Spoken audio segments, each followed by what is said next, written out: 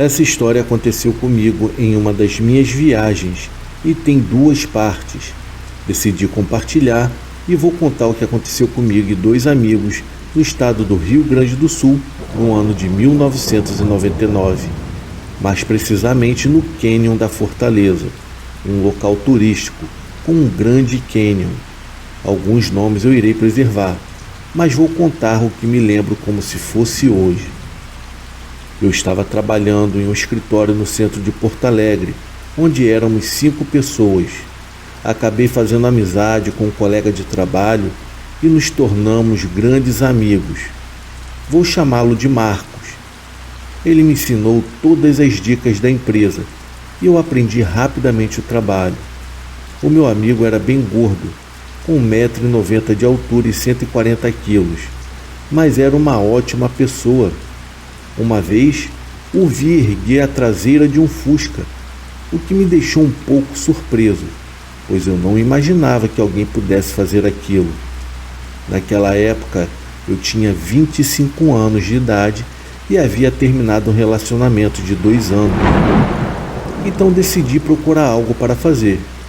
E foi aí que eu quis fazer uma viagem de fim de semana para relaxar. Comecei a procurar roteiros no meu estado para fazer uma viagem de ônibus, já que não tinha carro naquela época.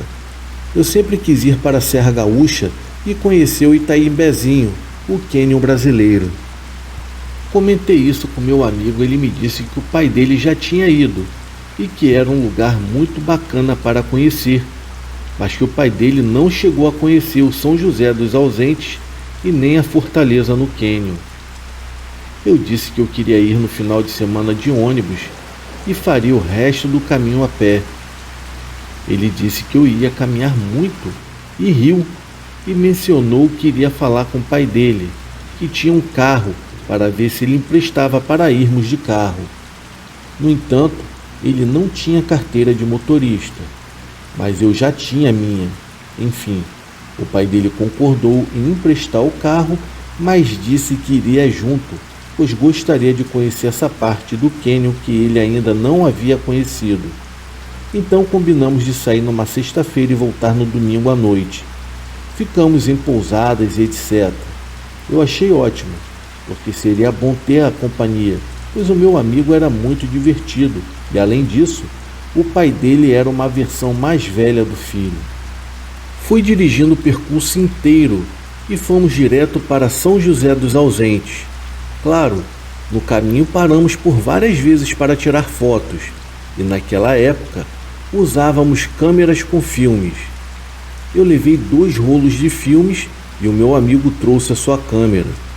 Eu deixei um dos filmes para tirar no cânion. Chegamos à noite na cidade de São José dos Ausentes. Não conhecíamos nada e estava tão nebuloso que não se via nada. Realmente o nome da cidade faz jus ao lugar. Estava tudo ausente mesmo.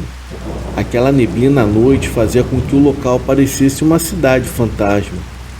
Enquanto caminhávamos pela cidade, que era bem pequena, vimos um barzinho que já estava fechando. Perguntamos ao dono onde poderíamos encontrar um lugar para dormir. Ele nos indicou uma pousada que ficava a menos de meia quadra do centro onde estávamos. Fomos até lá e uma mulher muito sorridente e descontraída nos atendeu. Ela disse que nos levaria até a pousada e ficava próximo à casa dela.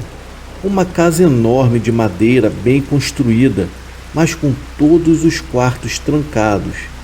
Ela nos informou que estava fazendo uma pequena reforma e que poderíamos usar a sala, 2 quartos e a cozinha. Ela acendeu uma espécie de lareira com uma chapa de metal e nos ofereceu pinhão e amendoim. Confesso que foi bom, pois estávamos com muita fome e não havia nada aberto naquela hora, já que o bar onde pedimos informação já estava fechado. A cidade era turística, mas naquela época não havia tanto movimento assim. A mulher se despediu e foi embora, nos deixando naquela casa enorme cheia de quartos trancados à chave. Eu esqueci algumas coisas no carro e avisei meu amigo que iria buscá-las. Quando eu saí na rua, deparei-me com uma escuridão envolta em neblinas e a luz amarelada dos postes mal iluminava o caminho. Confesso que não estava com medo, mas ao olhar ao redor, senti um certo arrepio. A cidade estava totalmente deserta e mal se via algo. Corri para dentro da casa e tranquei a porta logo em seguida. Não sou medroso, mas como não conhecia o local, senti um pouco de desconforto. Meus amigos já estavam saboreando amendoins torrados e cozinhando pinhões, que eram muitos. Eles tinham bastante refrigerante, o que ajudou. Conversamos bastante e rimos. O pai do meu amigo era muito legal e divertido, assim como o filho. Na hora de dormir, a mulher esqueceu de nos fornecer mais um colchão. Havia uma cama de casal em um quarto e uma cama de solteiro no outro.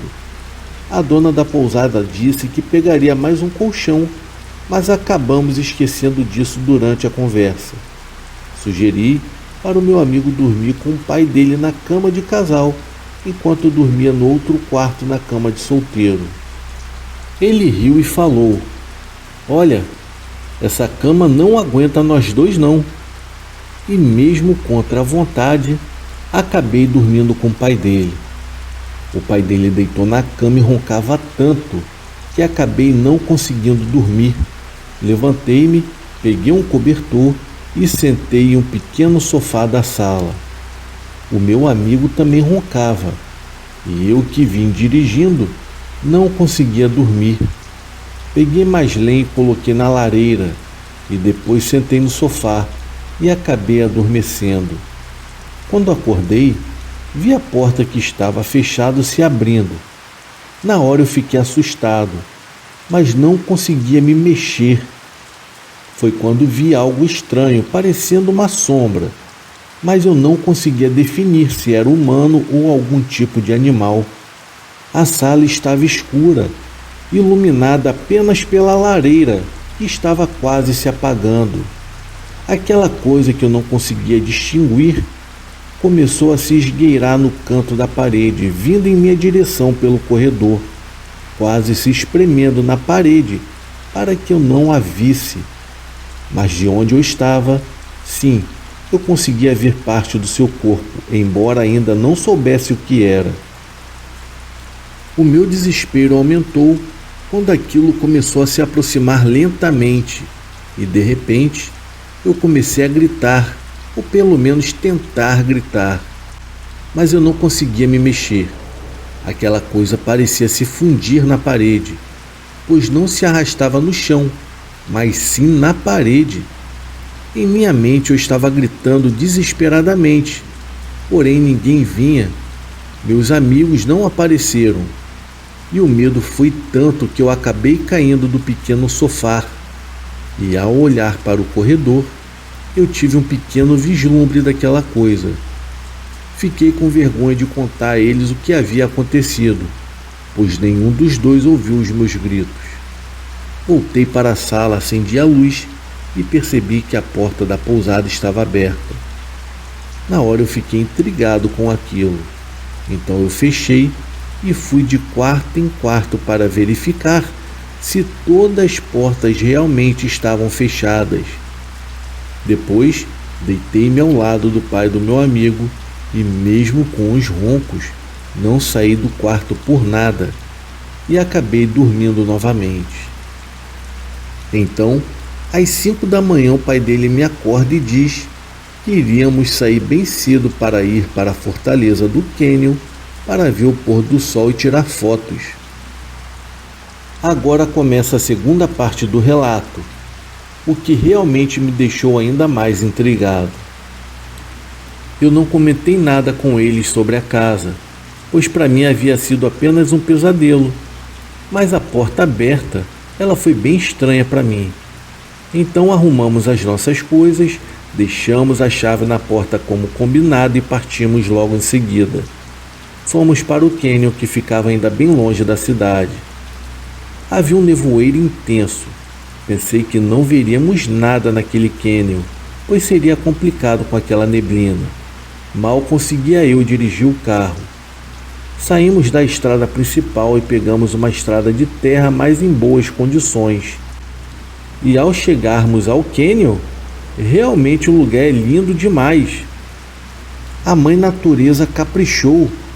O lugar me impressionou muito, porque quando começou a clarear, a neblina foi se dissipando e deu para ver a rampa da fortaleza e o cânion cheio de neblina. Mas dava para ver que o lugar era lindo demais, pois parecia algodão dentro do cânion. Havia uma rocha maciça que parecia uma rampa gigante rumo ao céu. Era lindo demais, só vendo para entender. É tudo verdinho com a grama alta, e olhando bem na ponta da fortaleza, no caso é uma plataforma gigante, que é bem longe, havia um tronco que se destacava. O meu amigo falou: olha, tem uma pedra se destacando lá em cima. E eu comentei: parece ser um tronco. Como era longe, não dava para definir. O local não é de difícil acesso, mas é uma rampa bem alta e cansativa. Eu pensei: será que o pai do meu amigo com esse barrigão vai conseguir? Porque o carro não ia até lá em cima. Na realidade, o carro tinha que parar bem longe e fazer uma boa caminhada logo em seguida. E fomos os três. E quando começamos a subir, o pai do meu amigo falou que não iria aguentar e ficou ofegante. Já tínhamos andado bastante, mas estávamos longe de chegar no topo. E nisso ele falou que iria voltar, mas que a gente deveria prosseguir. Foi aí que eu falei: mas você vai voltar sozinho assim? Eu volto com o senhor. O filho dele, no caso o Marcos, respondeu: não, negativo. Você continua e eu vou voltar com meu pai e ficar com ele. Aproveita e tira várias fotos do lugar, e se eu resolver subir, eu vou depois. Eu fiquei chateado na hora, mas eu queria ver o lugar lá de cima, pois também dizem que dá para ver o oceano, dá para ver o mar. Continuei subindo e sempre vi aquele tronco lá em cima. Notei que, apesar da distância, era um tronco mesmo, bem quadrado, e ele estava bem à direita da fortaleza, que é uma grande plataforma parecendo uma rampa enorme. Eu queria tirar foto do lado esquerdo para tentar ver bem o cânion, e em seguida eu iria para o lado direito para tirar fotos onde se via o oceano. É lógico, se a neblina se dissipasse. O lugar ventava muito e o frio era intenso. Nisso, quando estava mais ou menos na metade da plataforma, começou a surgir a serração. Eu tratei logo de criar uma direção mentalmente para seguir entre o tronco e a beirada do cânion, para não sair dessa linha e não me desorientar. Percebi que era uma serração forte e realmente não se via quase nada. Às vezes, alguns metros à frente, outras vezes mais distante, e do nada não se via nem a 2 metros. Foi quando comecei a ver algo se movimentando no meio da neblina, mas eu não conseguia definir o que era. Eu achei que poderia ser apenas os meus olhos devido ao vento forte. Foi quando eu também ouvi um barulho à minha esquerda, o que me deixou em alerta, pois não era um barulho normal. Parei para ver se a neblina se dissipava mais. Foi quando realmente vi um vulto caminhando no meio da neblina, indo na mesma direção que eu estava indo. O meu coração disparou. Eu estava assustado. Pensei que fosse algum animal grande, mas não sabia se havia algum animal assim pela região, exceto pelo lobo-guará, pois foi o que eu pensei que fosse. E sei que ele não ataca humanos. A neblina acabou aumentando novamente e eu resolvi ir mais para a esquerda, devagar, pois eu sabia que a distância até a beirada do cânion era considerável. Fui bem devagar pela diagonal, avançando no caminho. quando de repente eu ouvi passos novamente. Porém, eu não conseguia ver muita coisa. Parei para me orientar novamente, pois o barulho estava mais próximo. Confesso que o meu coração estava a 1000 por hora e o medo era grande. Eu vi aquele vulto e o vulto sumia no meio da neblina, mas mantinha uma certa distância de mim quando eu parei. Me orientei mais uma vez e quando a neblina se dissipou um pouco, eu pude ver essa coisa enorme parada na minha frente, a uns 30 ou 50 metros de distância. Eu pensei comigo, será que é um toco de árvore? Será que eu me perdi e fui na direção dele? A coisa ainda não dava para ser definida. Eu fiquei parado com medo. O barulho, por coincidência ou não, havia parado também. E quando a neblina se dissipou um pouco mais e que eu comecei a andar para a esquerda novamente, eu percebi que aquela coisa também se movimentou para a esquerda. Aquilo me deixou gelado, porque agora eu conseguia ver que era uma pessoa alta, com pernas e braços enormes. Não era nenhum toco. Eu fiquei parado e pensando no que fazer, enquanto aquela coisa estava tentando me cercar lá em cima. De repente escuto passos por detrás de mim e levo o maior susto, pois para minha surpresa era o meu amigo que havia surgido do nada. Ele estava muito apavorado e me disse que havia me chamado, mas eu não havia escutado nada devido ao vento e o barulho que vinha do cânion. Ele segurou no meu braço e saiu me puxando de arrasto, falando que aquilo não era normal. Ele me disse que havia visto aquilo vindo na minha direção antes da neblina ter tomado a metade da plataforma. Eu pedi para que ele parasse um pouco. O meu amigo estava mais assustado do que eu, e eu não havia entendido o porquê. Depois que descemos, ele me explicou que aquela coisa era uma pessoa muito alta. Ele disse que viu algo se movimentando muito rápido e descreveu como um homem todo amarelo escuro. Eu pensei que fosse um tronco de madeira à distância, mas ele disse que um homem se aproximou dele. Eu não entendi como isso aconteceu. Ele também não soube explicar, mas disse que era uma pessoa completamente deformada, com braços e mãos muito compridos. O rosto dessa pessoa era pequeno e sem pelos. Ela apenas o empurrou e saiu correndo. Tudo aconteceu muito rápido, mas deu para perceber que era uma pessoa deformada. Em seguida a neblina aumentou e ficamos parados. Aquela coisa nos cercava e podíamos ver a sua silhueta à distância naquela neblina. Eu e meu amigo continuamos olhando para aquela figura. Ela se movimentava muito rápido. Para falar a verdade, eu não sei o que faria se aquilo viesse em minha direção quando eu estava sozinho. Meu amigo sugeriu que descêssemos devagar, pois não tínhamos noção do quão perto estávamos da beirada. Eu disse a ele que enquanto nós estivéssemos na grama alta, com certeza estaríamos seguros. Então continuamos. E quando saímos da neblina, começamos a correr. O pai do meu amigo estava vindo ao nosso encontro. Ele estava um pouco ofegante e parecia mais assustado do que o seu filho e eu. A neblina havia se dissipado completamente e não vimos mais nada naquela plataforma.